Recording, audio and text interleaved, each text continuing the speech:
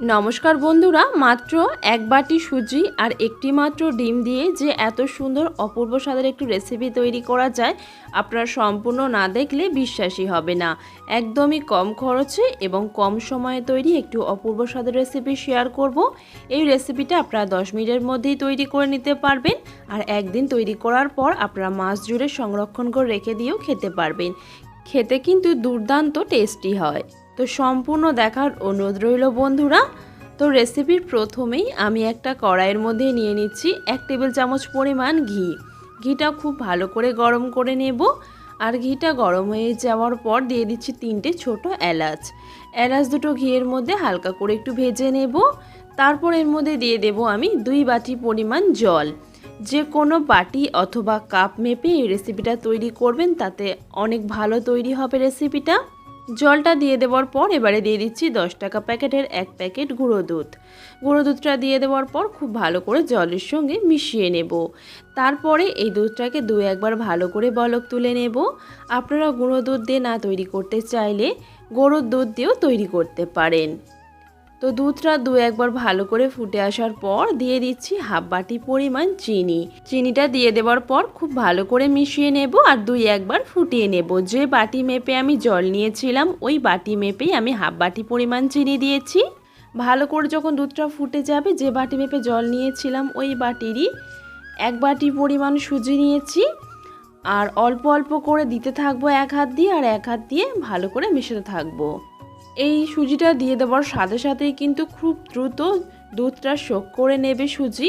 সেই জন্যই কিন্তু ধীরে ধীরে একদিক থেকে দিতে হবে আর একদিক থেকে খুন্তি দিয়ে নাড়তে হবে।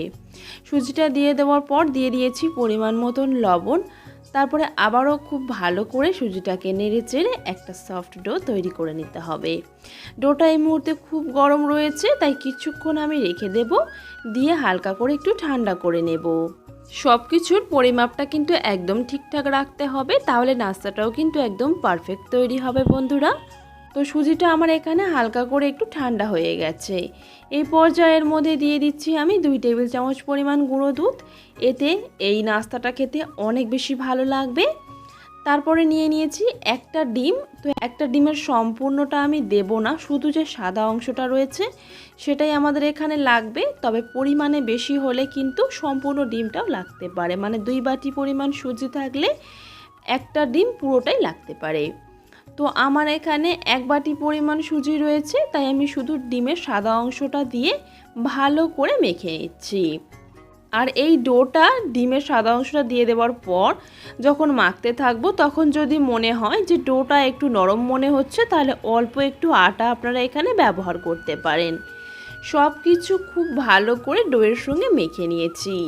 আর ডোটা মিডিয়াম সফট থাকবে আর একদম কিন্তু গাটা মসৃণ হবে, সেটা কিন্তু অবশ্যই লক্ষ্য রাখতে হবে। সুজির ডোটা ভালোভাবে রেডি হয়ে যাওয়ার পর আমি লম্বা করে শেপ দিয়ে নিয়েছি। তারপর একটা ছুরি দিয়ে সমান ভাগে ভাগ করে নেব, মানে প্রত্যেকটা ভাগ যেন একদম সমান থাকে। আর ভালো করে ছুরি দিয়ে কেটে নেওয়ার পর আমি একটা ভাগ নিয়ে নিচ্ছি। তারপর একটা রুটি বেলুনি চাকতির ওপর অল্প করে একটু তেল মাখিয়ে নেব, যাতে ডোটা লেগে না যায়। তারপরে একটা টুকরো এইভাবে হাতের মধ্যে নিয়ে ভালো করে আমি সরু করে রোল তৈরি করে নেব। আর ভালো করে মসৃণ করে তৈরি করে নিতে হবে। আর রোলটা তৈরি হয়ে যাওয়ার পর আবারও একটা ছুরি দিয়ে সমান মাপে এইভাবে আমি কেটে নেব। প্রত্যেকটা মাপ যেন একই সাইজের থাকে, তাহলে নাস্তাগুলোও কিন্তু প্রত্যেকটা একই মাপের তৈরি হবে। ছুরি দিয়ে সমান ভাগে ভাগ করে নেওয়ার পরে এবারে আমি 2 সাইডের মুখটা ভালো করে আমি বন্ধ করে দেব। তারপর হাতের মধ্যে রেখে লম্বা করে আমি নাস্তাটার শেপটা দিয়ে নেব। আমি এইভাবে তৈরি করছি, আপনারা চাইলে গোল করেও তৈরি করতে পারেন বা আপনাদের পছন্দ মতন অন্যান্য শেপ দিয়েও কিন্তু তৈরি করতে পারেন। তো প্রত্যেকটা নাস্তা আমি এইভাবে সমান মাপের তৈরি করে নেব। আর এখানে 1 বাটি সুজি আর একটা ডিম দিয়ে 30 থেকে 35 পিস কিন্তু নাস্তা তৈরি হয়েছে।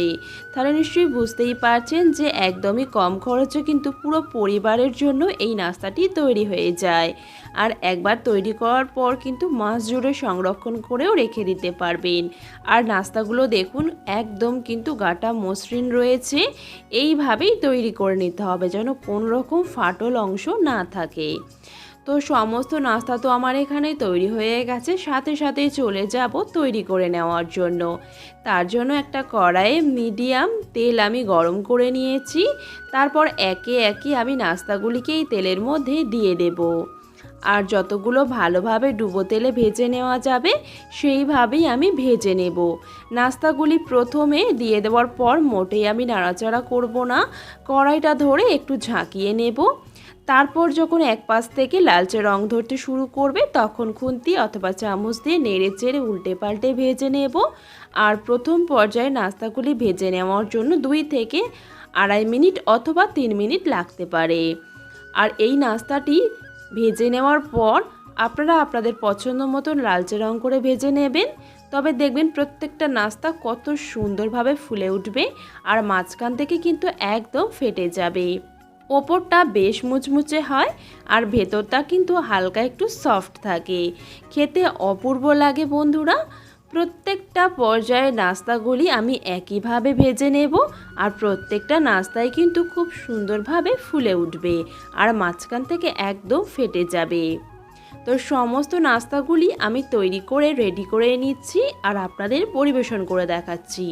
আর আমার এখানে নাস্তাটি তৈরি হওয়ার সাথে সাথেই কিন্তু অনেকগুলি খেয়ে নিয়েছে আমার পরিবারের লোকজন, তাই অল্প করেই দেখাচ্ছি। এবার চলুন কতটা ক্রিস্পি হয়েছে সেটাও আমি আপনাদের দেখাচ্ছি। আওয়াজ শুনে নিশ্চয়ই বুঝতেই পারছেন যে কতটা ওপর থেকে মুচমুচে হয়েছে। একটা ভেঙেও শেয়ার করছি।